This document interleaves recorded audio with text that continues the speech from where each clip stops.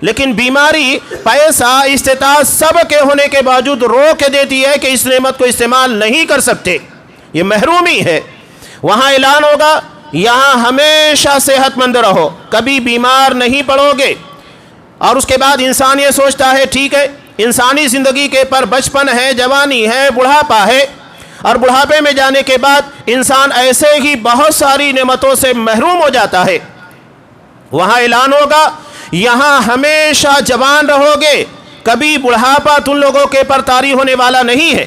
تو انسان جب ان ساری نعمتوں کے بارے میں سنے گا تو نتیجہ کیا ہوگا؟ اس کے دل کے اندر طلب پیدا ہوگی کہ میں اللہ کی اس عظیم نعمت کو حاصل کرنے کی کوشش کروں۔ یہی وجہ ہے کہ اصحاب کرام نے جنت کے حصول کے لیے جب بیان کیا جاتا تھا نتیجہ کیا ہوتا تھا؟ حضرت انس بن نضر رضی اللہ تعالیٰ عنہ، ہم اپنی جان کی اتنی فکر کرتے ہیں، جب آپ صلی اللہ علیہ وسلم نے بیان کیا ساریعوا الی مغفرۃ من ربکم وجنہ عرضها السماوات والارض، لپکو اللہ کی مغفرت اور اس کی جنت کی طرف جس کی پنہائیاں آسمان و زمین کی طرح ہے۔ تو انہوں نے کہا اللہ جنت، آپ صلی اللہ علیہ وسلم سے کہا کہ اللہ کے رسول جنت ایسی ہے؟ کہا کہ ہاں۔ انہوں نے فوری طور کے پر کھجور کنارے رکھی اور میدان کارزار میں کود گئے، اور نتیجہ یہ ہوا کہ انہیں محسوس ہو رہا تھا، کہا کہ میں پہاڑ کے اس طرف سے جنت کی خوشبو محسوس کر رہا ہوں، اور نتیجہ وہی ہوا کہ اللہ نے انہیں اپنی جنت کی طرف بلا لیا، شہید ہوئے اور اس کے بعد اللہ کی جنت میں داخل ہوئے۔ تو یہ جذبہ ہوتا ہے۔ بچوں کو بھی جب بڑے انعام کے بارے میں بتایا جاتا ہے تو اتنی محنت کرتا ہے۔ یہی وجہ ہے کہ آپ صلی اللہ علیہ وسلم نے جیسا کہ بخاری کی روایت میں کہا جنت کے 100 درجات ہیں، اور سب سے اعلیٰ ترین درجہ جو اس کا ہے وہ جنت الفردوس ہے۔ اللہ سے جب بھی مطالبہ کرو جنت الفردوس کا مطالبہ کرو۔ 100 درجات میں سے جنت الفردوس کا جو سب سے اعلیٰ ترین مقام ہے اسے حاصل کرنے کا حکم دیا۔ نتیجہ کیا ہوگا؟ اگر ایک کلاس کے اندر 100 بچے ہیں، 100 کے 100 بچوں کو کہا جائے کہ آپ کو فرسٹ کلاس پاس ہونا ہے، ہر کسی کو نمبر 1 کی پوزیشن حاصل کرنا ہے، تو سارے بچے اسی اعتبار سے محنت کریں گے۔ پہلا مرحلہ تو یہ ہوگا کہ سب سے کے سب کامیاب ہوں گے، اس لیے کہ ان کی محنتیں اول نمبر آنے والی پہلی پوزیشن کے لیے تھی، اور دوسرا فائدہ یہ ہوگا کہ وہ بہتر سے بہتر رزلٹ لے کر آئیں گے۔ یہاں آپ صلی اللہ علیہ وسلم نے اسی جذبے کو ابھارا ہے۔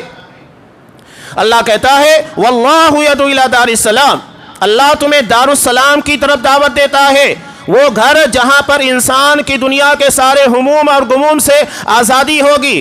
حضرت خدیجہ رضی اللہ تعالیٰ عنہ کتنی قربانیاں انہوں نے دین اسلام کے لیے دی۔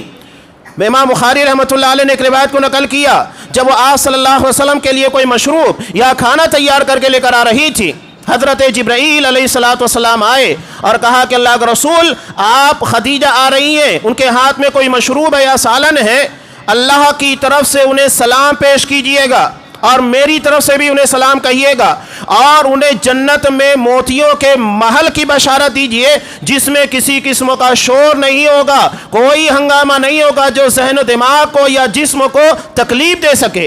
یعنی دنیا کی وہ ساری تکالیف جو دنیا کے اندر ہم پا رہے ہیں، اللہ ہمیں جنت میں ان تمام چیزوں سے مبرہ کر دے گا۔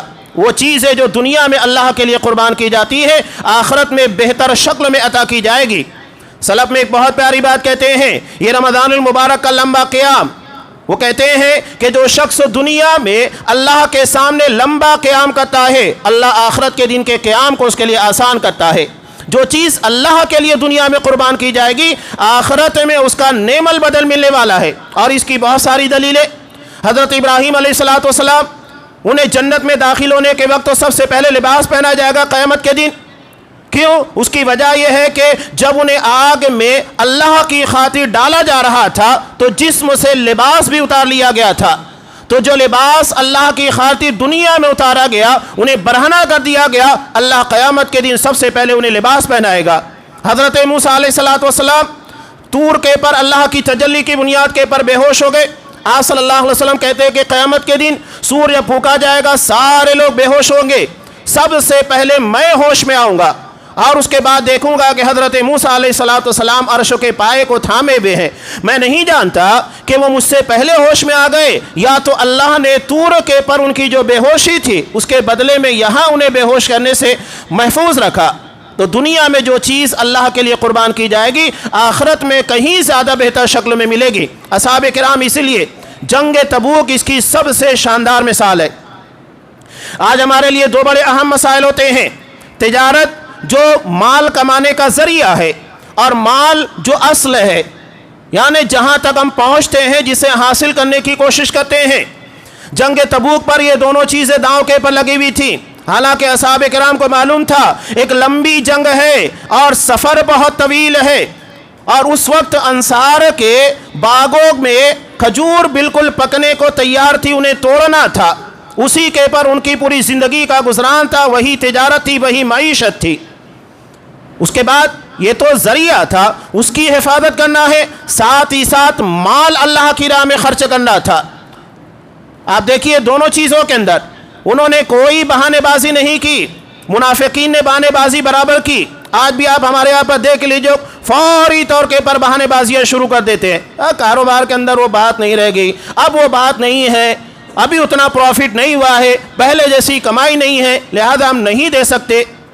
ہمارے ہاں اللہ کی راہ میں خرچ کرنے کے تعلق سے یہ باتیں عمومی طور کے پر پائی جاتی ہیں۔ اصحاب کرام کے درمیان یہی مسئلہ جنگ تبوک کے موقع پر آیا تھا، جس کے ضمن میں اللہ نے پوری سورہ توبہ نازل کی ہے۔ یہی تو بتانا مقصود ہے کہ ہمارے نزدیک اللہ کی محبت کی اہمیت ہے، یا تو مال کی، تجارت کی، جو کہ دنیا کے کمانے کا ذریعہ ہے۔ اصحاب کرام نے اپنے عمل کے ذریعے ثابت کیا۔ حضرت عثمان غنی نے 700 نہیں بلکہ 800 اونٹ اللہ کی راہ میں خرچ کیے، 100 گھوڑے دیے، نبی کی خدمت میں لا کر اپنے دینار اور درہم بکھیر دیے، اتنا مال اللہ کی راہ میں خرچ کیا۔ حضرت عبد الرحمن ابن عوف نے اپنا مال خرچ کیا۔ منافقین کا کام تھا تانے بازیاں کرنا، ہمیشہ اعتراض، طنز، یہ منافقین کا شیوا رہا ہے۔ اہل ایمان کبھی طنز اور تعریض کے معاملے میں نہیں رہے۔ کبھی آپ نے نہیں دیکھا ہو کہ حضرت ابو بکر صدیق نے کسی کے پر طنز کیا ہو، تنقید کی ہو، نہ حضرت عمر فاروق نے، لیکن منافقین ہمیشہ پیش رہیں گے۔ اور آج بھی اسی طریقے پر چلنے والے لوگ آپ کو دینی کام کرنے والوں کے پر اعتراض کرتے نظر آئیں گے۔ کوئی مال خرچ کر رہا ہے، ریاکار ہے، کوئی نہیں خرچا ہے، تھوڑا ہی کر رہا ہے، اس کے پر اعتراض، ہر چیز کے پر اعتراضات، نکتہ چینیاں، یہ منافقین کا شیوا ہے۔ اب وہاں پر بھی منافقین نے وہی کیا۔ حضرت عبد الرحمن ابن عوف نے جب ڈھیر سارا مال اللہ کی راہ میں لا کر خرچ کیا، کہا کہ دیکھو یہ ریاکار ہے، جن کے ایمان کی صداقت اور دلوں کی گواہیاں قرآن مجید نے دی، یہ منافقین ان کے پر تبصرہ کرتے ہیں۔ اس سے بڑی جسارت کیا ہو سکتی ہے؟ ایک صحابی کے پاس کچھ نہیں تھا، ایک یہودی کے اعراض پر انہوں نے محنت کی، 1 سا کھجور ملی، آدھا سال اب نبی کی خدمت میں پیش کر دیا، آدھا اپنے بال بچوں کے لیے رکھا۔ جب اس نے لا کر اپنا یہ مال پیش کیا تو منافقین نے کہا کہ اتنے سے مال کی اللہ کو کیا ضرورت ہے، اتنا سا مال لا کر نبی کی خدمت میں پیش کر دیا۔ یہی جو ہم لوگ کہتے ہیں نا، انگلی کٹا کر شہیدوں کے اندر اپنا نام لکھا رہا ہے، یہ منافقین کا طور طریقہ تھا۔ لیکن صحابہ ان ساری چیزوں کی جانب توجہ نہیں دیا کرتے تھے، انہیں اللہ کی رضا مقصود تھی۔ بتانے کا مطلب یہ تھا کہ جنگ تبوک کے موقع کے پر اصحاب کرام کا بڑا امتحان تھا کہ ایک طرف تجارت ہے، مال ہے، دنیا ہے، ہمیں اسے ترجیح دینا ہے یا تو پھر اللہ تبارک و تعالیٰ کے دین کی سربلندی کو ترجیح دینا ہے۔ اصحاب کرام نے اپنے عمل کے ذریعے وہی ثابت کیا۔ تو یہ ان کے دل ہموار کیسے ہوئے؟ یہی حضرت عائشہ کہہ رہی ہیں کہ آپ صلی اللہ تبارک و تعالیٰ نے پہلے جنت و جہنم کے بارے میں تذکرہ کیا، جس سے اصحاب کرام کے دل نرم پڑ گئے۔ قرآن مجید کہتا ہے تقشعر من جلود الذین یخشون ربہم، قرآن مجید کی تلاوت کی بنیاد کے پر دل دہل جاتے ہیں۔ حیرت ہوتی ہے کتنے غیر مسلموں کے واقعات، اصحاب کرام کی زبان چھوڑیے، جو کہ اہل زبان تھے، قرآن مجید سمجھتے تھے، اور انہوں نے قرآن کو سنا، مسلمان ہو گئے۔ عیسائیوں کے بارے میں قرآن مجید کے تعلق سے بیان کیا گیا، وَإِذَا سَمِعُوا مَا أُنزِلَ إِلَى الرَّسُولِ تَرَىٰ أَعْيُنَهُمْ تَفِيضُ مِنَ الدَّمْعِ، کہ جب انہوں نے قرآن مجید کو سنا تو اللہ کے اس کلام کی بنیاد کے پر مارے خوف کے ان کے آنکھوں سے آنسو بہنے لگ گئے، اور یہی ان کے اسلام کے قبول کرنے کا ذریعہ بنا۔ حیرت ہوتی ہے مسلمانوں کے پر، جو قرآن کو مانتے ہیں وہ مانتے نہیں تھے، ایک مرتبہ سننے کے بعد حالت یہ ہو گئی، اور قرآن نے ان کے دل کی دنیا کو تبدیل کیا یہ قرآن ہم روزانہ پڑھ رہے ہیں، سن رہے ہیں، ہمارے اندر وہ تبدیلی کیوں نہیں آتی ہے؟ قرآن کہتا ہے اس قرآن کو سننے کے بعد تقشعر من جلود الذین یخشون ربہم، ان کے دل دہل جاتے ہیں، رونگٹے کھڑے ہو جاتے ہیں۔ یہ حالت ہے قرآن مجید کو سننے کے بعد۔ آج اگر ہمارے پر یہ حالت طاری نہیں ہو رہی ہے تو ہمیں اپنے دل کا محاسبہ کرنا چاہیے، دل سخت ہو چکا ہے۔ قرآن وہی کہہ رہا ہے الم یأن للذین آمنوا ان تخشع قلوبہم لذکر اللہ، کیا مومنوں کے لیے وہ وقت نہیں آیا کہ ان کے دل اللہ کے ذکر یعنی قرآن مجید کو سننے کے بعد دہل جائے؟ ہم اپنا جائزہ لیں کہ ہم نے قرآن کتنا پڑھا، کتنا سنا، اور اس کا اثر ہماری زندگی کے پر کتنا ہوا۔ امریکہ کے اندر ایک نان مسلم بیان کرتی ہے اپنے اسلام کے قبول کرنے کا واقعہ۔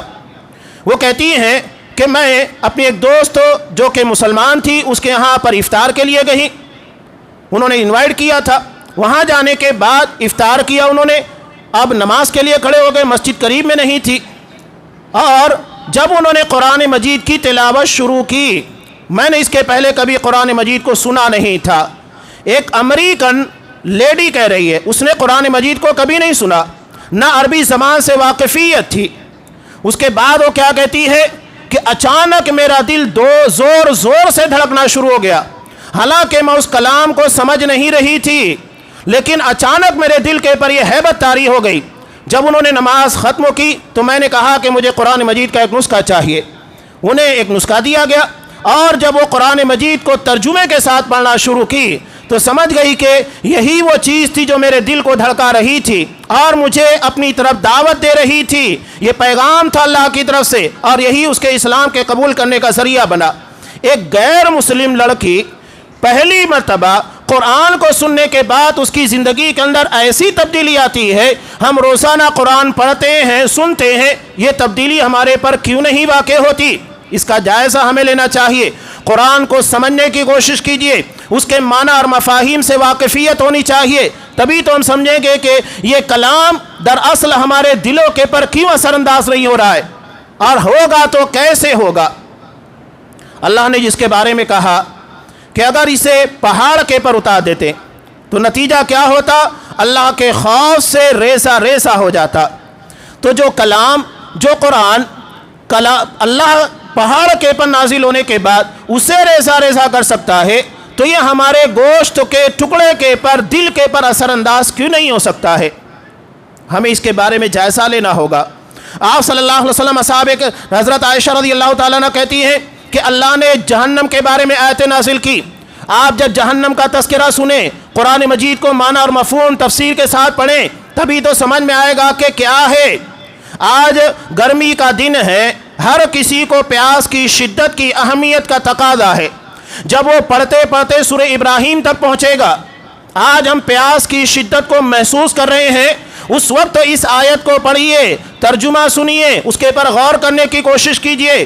قرآن مجید کہتا ہے جہنمی جہاں پر یہ ماحول نہیں ہوگا، ہر طرف آگ ہی آگ ہوگی، ایک لمحہ بھی سکون کا نہیں ہوگا۔ یہ نہیں کہ آپ سایہ تلاش کر لیں۔ ایسے میں جب انہیں شدت کی پیاس لگی ہوئی ہوگی، اللہ کہتا ہے وَسُقُوا مَاءً صَدِيدًا، کہ انہیں مائع سدید دیا جائے گا۔ یہ مائع سدید کیا ہے؟ جو انہیں شدید پیاس کے لگنے کے بعد پلایا جائے گا۔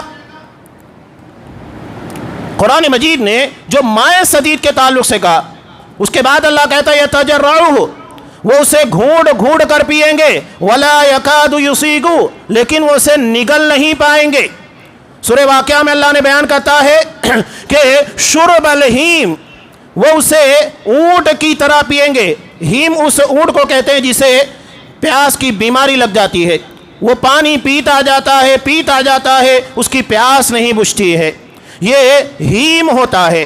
اور اس پانی کو یہ لوگ اونٹ کی طرح پیئیں گے جس سے پیاس کی بیماری لگی ہوئی ہے۔ یہ مائع سدید کیا ہے؟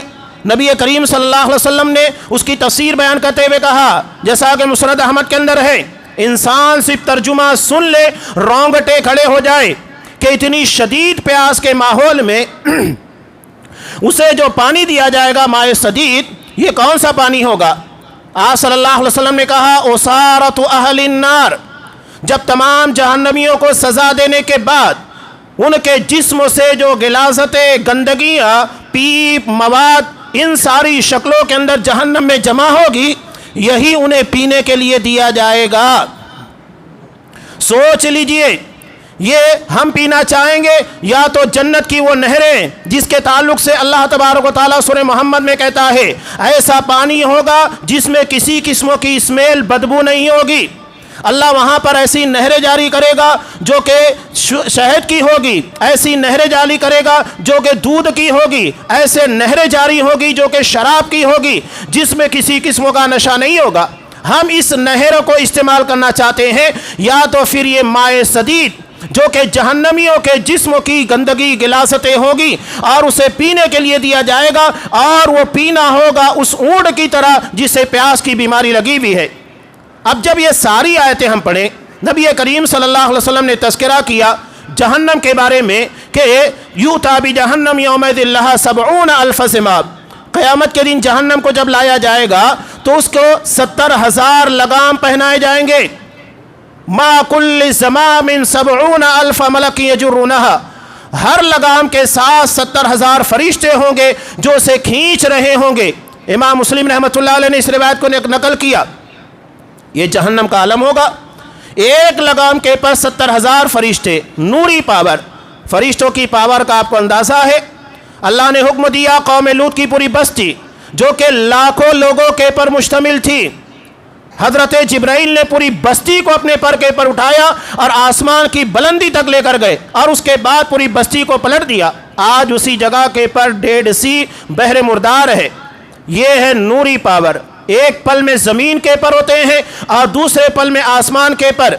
اللہ نے انہیں اتنی رفتار، اتنی طاقت اور اتنی قوت عطا کی ہے، اور 70,000 فرشتے ایک لگام کے پر ہوں گے۔ اتنی بڑی تعداد میں جہنم کو لایا جائے گا۔ آپ صلی اللہ علیہ وسلم نے کہا، مسلم کی روایت، کہ آپ صحابہ کے ساتھ بیٹھے ہوئے ہیں، اچانک ایک زوردار آواز آپ کو سنائی دی اور یہ آواز اصحاب کرام کے کانوں تک بھی پہنچی۔ آپ صلی اللہ علیہ وسلم نے کہا کہ کیا تم نے آواز کو سنا؟ کہا کہ ہاں۔ کہا یہ وہ آواز ہے جو آج سے 70 سال پہلے ایک پتھر تھا جسے جہنم میں پھینکا گیا، آج اس کی گہرائی کو پہنچا ہے۔ انسان دنیا میں اگر کوئی گہرا کنواں دیکھ لے جس میں پانی نہ ہو تو دیکھ کر ہیبت طاری ہو جاتی ہے، حالانکہ اس میں چند سیکنڈوں کے اندر پتھر پھینکے وہ اپنی تہہ کو پہنچ جاتا ہے۔ اور جہنم کے بارے میں آپ صلی اللہ علیہ وسلم کہہ رہے ہیں کہ 70 سال لگ گئے اس میں پتھر کے پہنچنے کو، یہ اس کی گہرائی کا عالم ہوگا۔ اگر کوئی سود خور نبی کریم صلی اللہ علیہ وسلم کی حدیث سن لے کہ آپ کو جہنم کے اندر مشاہدہ کرایا گیا کہ ان لوگوں کو نہر کے اندر، خون کی نہر کے اندر ڈبو کر سزائے دی جائے گی، تو کیا وہ سود خوری اور اس طرح کے معاملات کے اندر ملوث ہوگا؟ یہ ساری سزائیں ہیں۔ انسان جب اس کا تذکرہ سنے گا اور سمجھے گا تبھی تو اس کے ذہن و دماغ کے پر یہ چیزیں اثر انداز ہوگی۔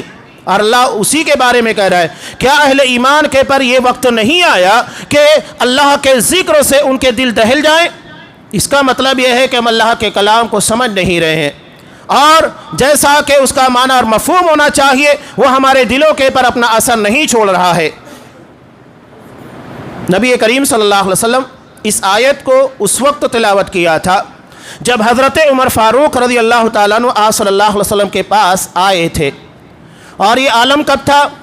اصحاب کرام ڈرے ہوئے تھے، اس لیے کہ حضرت عمر فاروق بہت جلالی شخصیت، آپ صلی اللہ علیہ وسلم نے ان کے کاندھے کو پکڑ کر جھنجھوڑتے ہوئے یہی آیت تلاوت کی تھی، الم یأن للذین آمنوا ان تخشع قلوبہم لذکر اللہ، کیا ایمان والوں کے لیے وہ وقت نہیں آیا کہ اللہ کے ذکر و قرآن مجید کو سننے کے بعد ان کے دل دہل جائیں؟ اس لیے کہ حضرت عمر فاروق رضی اللہ تعالیٰ عنہ، جیسا کہ مسند احمد کی روایت میں، ایک رات یہ زیادہ باہر رہا کرتے تھے بکریوں کو اور اونٹوں کو چرانے کی وجہ سے، ایک رات انہیں موقع ملا کعبۃ اللہ میں رات کے بتانے کا، اور آج صلی اللہ علیہ وسلم اسی وقت آ کر قرآن مجید کی تلاوت کرتے ہیں۔ قرآن مجید کو جب حضرت عمر نے پہلی مرتبہ سنا تھا تو فوراً کہنے لگے، ان کے دل میں خیال آیا کہ یقیناً یہ کسی بہت زبردست شاعر کا کلام ہے۔ قرآن مجید جیسے جیسے وہ دل میں خیالات آتے جا رہے تھے اللہ اس کا جواب دیتے جا رہا تھا، وما ہوا بقول شاعر، یہ کسی شاعر کا کلام نہیں ہے۔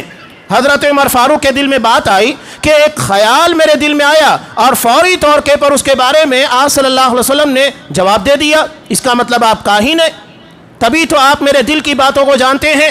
آپ صلی اللہ علیہ وسلم نے سورہ حاقہ کی تلاوت کی، وَلَا بِقَوْلِ کاہن، یہ کسی کاہن کا بھی کلام نہیں ہے۔ حضرت عمر فاروق کہتے ہیں کہ میں سوچتا جا رہا ہوں اور اس کے بعد قرآن پڑھتے جا رہے ہیں، آپ اس کو اپنی زبان کے پر لاتے جا رہے ہیں، تبھی سے میرے دل میں قرآن مجید کے تعلق سے خیال بیٹھ گیا، اس کا اثر میرے دل و دماغ کے پر ہو گیا، اسی لیے آپ صلی اللہ علیہ وسلم نے اسی آیت کو تلاوت کیا۔ اور حضرت عمر فاروق رضی اللہ تعالیٰ عنہ، جن کو آپ صلی اللہ علیہ وسلم نے اللہ کے سامنے ہاتھوں کو پھیلا کر مانگا تھا کہ اللہ اسلام کمزور ہے، عمر کے ذریعے اسے طاقت دے، اسباب کو آپ نے طلب کیا، یہ نہیں کہ اس طرح کے اسباب کو مانگا نہیں جا سکتا، ظاہری اسباب ہے جو انسان کے بس میں ہے، آپ صلی اللہ علیہ وسلم نے اللہ سے مطالبہ کیا اور اللہ نے اس مطالبے کو پورا کیا۔ تو یہ الم یعنی للذین آمنوا ان تخشع قلوبہم لذکر اللہ، یہ ہم جیسے اہل ایمان کو بھی خطاب کرتی ہے۔ اس کے پہلے آپ جب پڑھیں گے کہ جنت و جہنم کے تذکرے میں اہل ایمان کتنی نعمتوں میں ہوں گے، اس کے مقابلے میں منافقین کا حشر کیا ہوگا، تو یقینی بات ہے کہ ہم اپنے طور طریقے اور اپنے معاملات کو اہل ایمان کی طرح بنائیں گے اور منافقین کے طرز عمل سے بچنے کی کوشش کریں گے۔ انسان کے دل کے پر اگر اللہ کا کلام اثر انداز نہیں ہو رہا ہے تو ہمیں کوشش کرنا چاہیے کہ اللہ کے اسماء و صفات کے پر خصوصی توجہ دیں، خصوصی توجہ ہونی چاہیے، اس لیے کہ اللہ کے نام سمیع، اللہ کے نام بصیر، یا اس طرح اللہ کے جو صفات ہیں، جب ہم اس کے پر غور کریں گے، توجہ دیں گے کہ اللہ میری تمام چیزوں کو سننے والا، ایک بندے کو اگر اس بارے میں پختہ علم ہے کہ اللہ میری تمام باتوں کو سنتا ہے، بلکہ وہ میرے دل کی دھڑکنوں کے راز کو جانتا ہے، تو وہ کیسے غیبت کرے گا، چغلی کیسے کرے گا، جھوٹ کیسے بولے گا، وہ نہیں کر سکتا ہے۔ قرآن مجید ایک بہت پیاری بات کہتا ہے اور سلف نے اس کی تفسیر میں بہت پیاری بات بھی کہی ہے کہ ایک شخص اللہ کے بارے میں یا شریعت کے بارے میں جانتا ہے، یہ چیز منع ہے اور اس کے بعد بھی وہ کام کرتا ہے، قرآن اسے جاہل کہتا ہے، اسے جہالت سے تعبیر کرتا ہے۔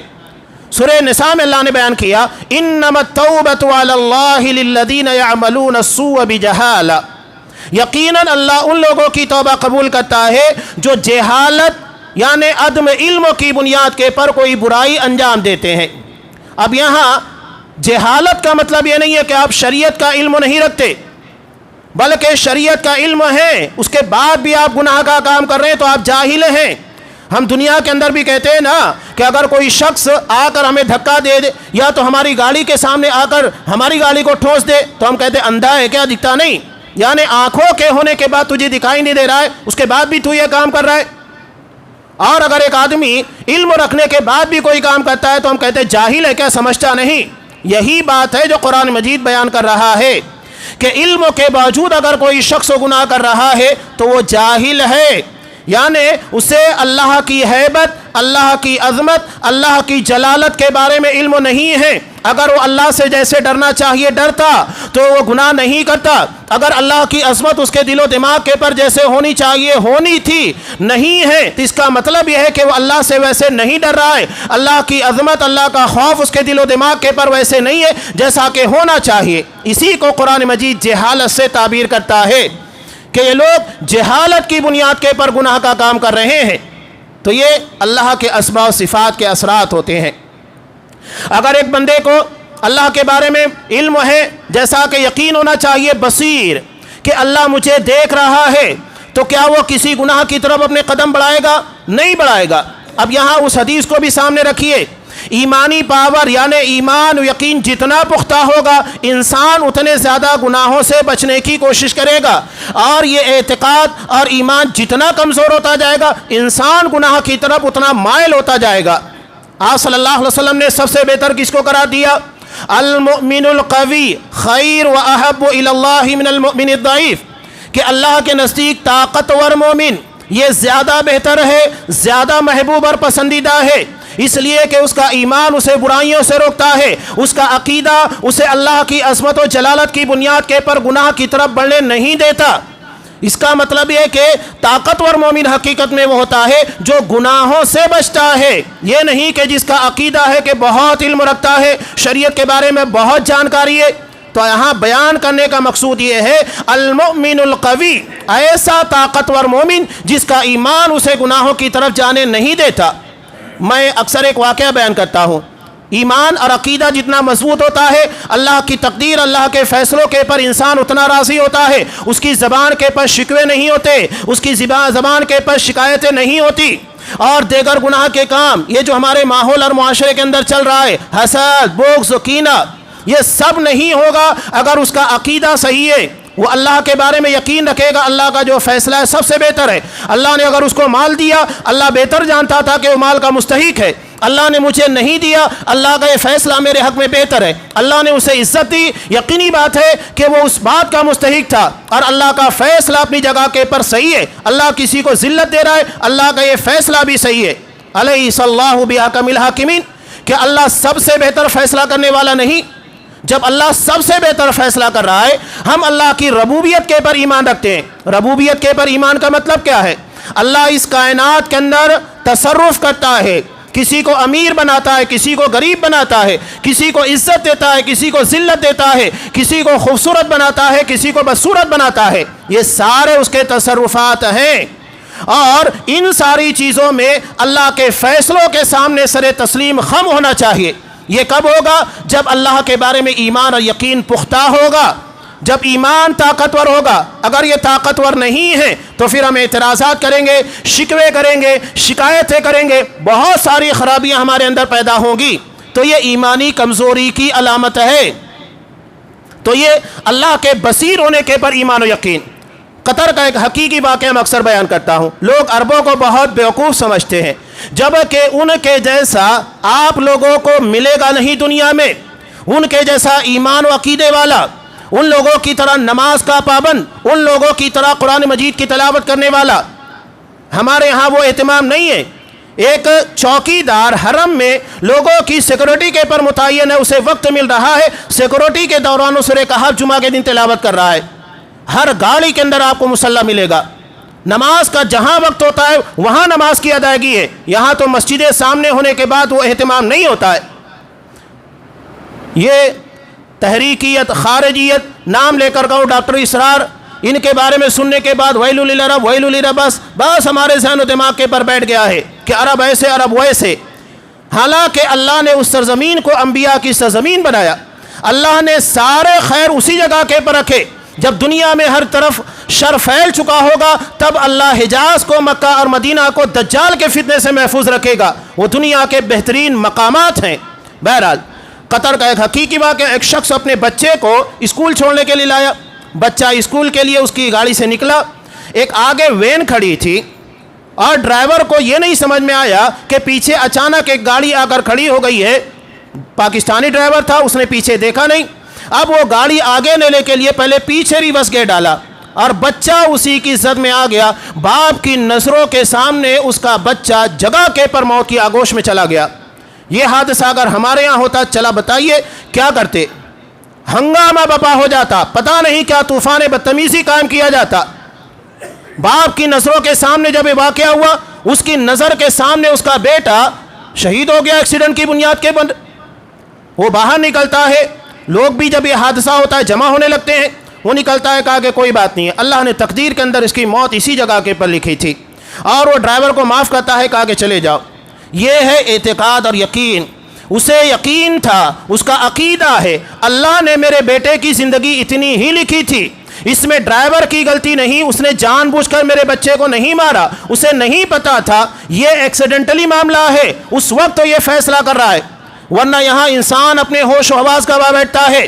یہ عقیدہ ہے جو انسان کو بہکنے سے روکتا ہے، اور ہماری زندگی کے اندر اتنی ساری خرابیاں دراصل اللہ کے اسماء و صفات کے پر ویسا یقین نہیں ہے جیسا ہونا چاہیے، ایمانی کمزوری کا نتیجہ ہے۔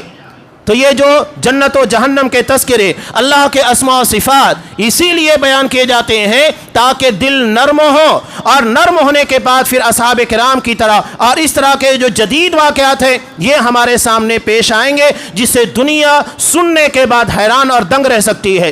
یہ اسلامی انسانی زندگی کے اندر ایسے ہی انقلاب نہیں لاتا ہے، اصحاب کرام کی زندگی میں اتنا بڑا انقلاب نہیں پیدا ہوا، وہ اس کو سمجھنے، ماننے اور اس نے اپنے اندر داخل کرنے کی بنیاد پر ہوا۔ وہی حضرت خنسا تھی جو جاہلیت میں اپنے بھائی کے مرنے کے پر ایک لمبا قصیدہ لکھتی ہے، مرثیہ لکھتی ہے، اور یہ اسلام کے قبول کرنے کے بعد اپنے 4 بیٹوں کو جنگ قادسیہ کے موقع کے پر کھڑا کر کے کہتی ہے کہ میں نے تمہارے باپ کے ساتھ کوئی خیانت نہیں کی، تمہیں اس بات کا علم ہے، تمہاری اللہ گواہ ہے، اور تمہاری تربیت میں کوئی کمی نہیں کی، تم بھی اس بات کے بارے میں گواہ ہو۔ جاؤ، دشمن سامنے موجود ہے، آج کے بعد اگر ہماری ملاقات ہوگی تو اللہ تبارک و تعالی کے بارگاہ میں قیامت کے دن ہونے والی ہے۔ اور جب یہ چاروں کے چاروں شہید ہوتے ہیں، ایسا نہیں کہ 4 ہیں 2 کو بھیج دو 2 کو رکھ لو، یا تو ایک کو اپنے پاس رکھ لو، کم سے کم وہ خدمت کرے گا، نہیں، چاروں کے چاروں کو اللہ کی راہ میں بھیجا، چاروں کے چاروں شہید ہوئے۔ اور جب شہادت کی خبر سنتی ہے، یہ بھی ایمان ہے، ہر جگہ آپ کو ایمان کے مظاہرے نظر آئیں گے۔ یہ دل جو سخت ہو گئے، اس کا مطلب یہ ہے کہ اللہ کا کلام، اللہ تبارک و تعالیٰ کے احکامات کو ہم سمجھتے نہیں، جہالت برتتے ہیں، اور ہمارا ایمان ویسا نہیں ہے جیسا کہ ہونا چاہیے، اس کی بنیاد پر ہمارے اندر وہ معاملات نہیں ہیں جو اصحاب کرام کے اندر ہوا کرتے تھے۔ وہ کہتی ہیں الحمدللہ الذی اکرمنی بشہادتہم، ساری تعریفیں اس اللہ کے لیے ہے جس نے میرے بیٹوں کی شہادت کو قبول کر کے مجھے دنیا میں اعزاز بخشا۔ یہ ایمانی طاقت اور عقیدے کی پختگی کا نتیجہ ہے۔ یہ جو ایمان و عقیدے کے پر باتیں کی جاتی ہے، یوں ہی نہیں، ہمارے یہاں پر لوگ سمجھتے ہیں کہ کیا بار بار ایمان عقیدہ، یہی دراصل و بنیاد ہے۔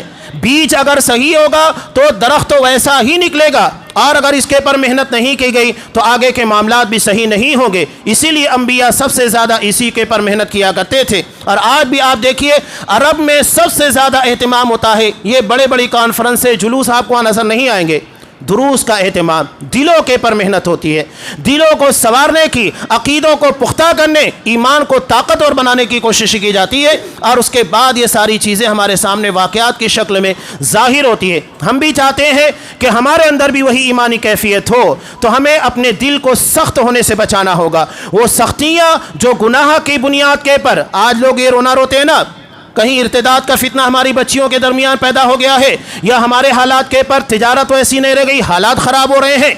قرآن صاف کہتا ہے وَكَذَلِكَ نُوَلِّي بَعْضَ الظَّالِمِينَ بَعْضًا بِمَا كَانُوا يَكْسِبُونَ، ہم بعض ظالموں کو بعض کے پر مسلط کرتے ہیں، کس بنیاد کے پر؟ بِمَا كَانُوا يَكْسِبُونَ، ہمیں اپنے گناہوں کی پاداش میں سزائیں ملتی ہے۔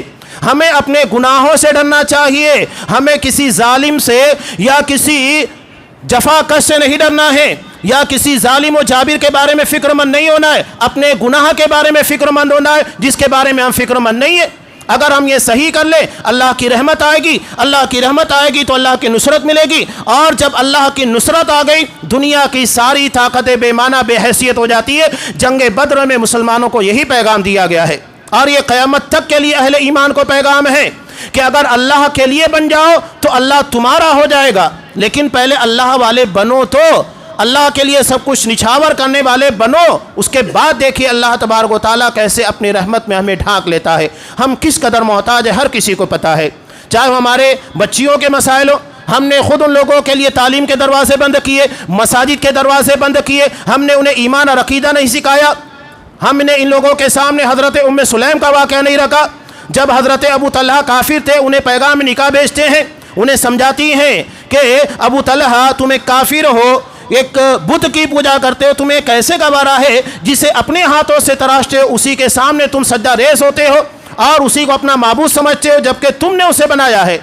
یہ دوسروں کے چنگل میں نہیں جائیں گی بلکہ دوسروں کو اسلام کی دعوت دیں گی، یہ ایک باقاعدہ منظم سازش ہے۔ لیکن قرآن کہتا ہے وَإِن تَصْبِرُوا وَتَتَّقُوا، اگر ہم صبر کریں یعنی دین کے پر جمے رہیں، دین کے پر جمے رہنے کے لیے دین کا علم بھی تو ہونا چاہیے نا، دین کا علم نہیں ہوگا ہماری بچیوں کو تو وہ دین کے پر کیسے جمع رہیں گی؟ نہ ہم انہیں خطبات سننے دیں گے، نہ تو مساجد میں آنے دیں گے، تو کہاں سے ان کے مسائل حل ہوں گے؟ جب وہ دین سے دور ہوں گی تو پھر دین کے بارے میں اسی طرح کے واقعات پیش آئیں گے جیسا کہ ہم دیکھ رہے ہیں۔ تو ہمیں ان بند دروازوں کو کھولنا ہوگا جس کی بنیاد کے پر اس طرح کے معاملات پیش آ رہے ہیں، دروازوں کو کھول دیجئے، ہماری بچیاں ادھر جانے کے بجائے ادھر آئیں گی۔ ممبئی کا ایک حقیقی واقعہ آپ کو بھی پتا ہوگا کہ جب ایک شخص مارکیٹ کے اندر ہے، مارکیٹنگ کرتے کرتے نماز کا وقت ہوتا ہے، یہ خود بندہ چلا جاتا نماز کے لیے اور اس کی اپنی بیوی یہ مسجد کے باہر کھڑی ہے، ممبئی کا نہیں بلکہ یہ کسی یورپ کا واقعہ تھا۔ تو ایک پادری نے اپنے چرچ کے اندر اس عورت کو کہا کہ آپ یہاں کر بیٹھ جائیے، یہ باہر نکلتا ہے تو حیران ہوتا ہے، ڈھونڈنے کے بعد دیکھتا ہے بیوی چرچوں کے اندر ہے۔ کہا کہ تم تو اندر چلے گئے لیکن مجھے اجازت نہیں تھی، میں باہر تھی، اس پادری نے مجھ کو یہاں جگہ دی۔ تو اگر ہم نے دروازے بند نہیں کیے ہوتے تو وہاں تک جانے کی نوبت نہیں آتی۔ ہم نے خود دروازے بند کیے ہیں، ہمیں اپنے آپ کے پر غور کرنا ہوگا۔ حضرت عمر فاروق نے اسی لیے کہا تھا حاسبوا قبل ان تحاسبوا، اپنا محاسبہ کرو۔ ہمیں دوسروں کا رونا نہیں رونا ہے، دوسروں کی شکایتیں نہیں کرنا ہے، ان بند دروازوں کو کھولنے کی کوشش کرنا ہے جس سے یہ سارے مسائل پیدا ہو رہے ہیں۔ اللہ تبارک و تعالیٰ سے دعا ہے پروردگار ہمیں اپنا محاسبہ کر کے جو کوتاہیاں اور غلطیاں ہمارے اندر پیدا ہو گئی ہیں ان کا سدباب کرنے کی توفیق دے۔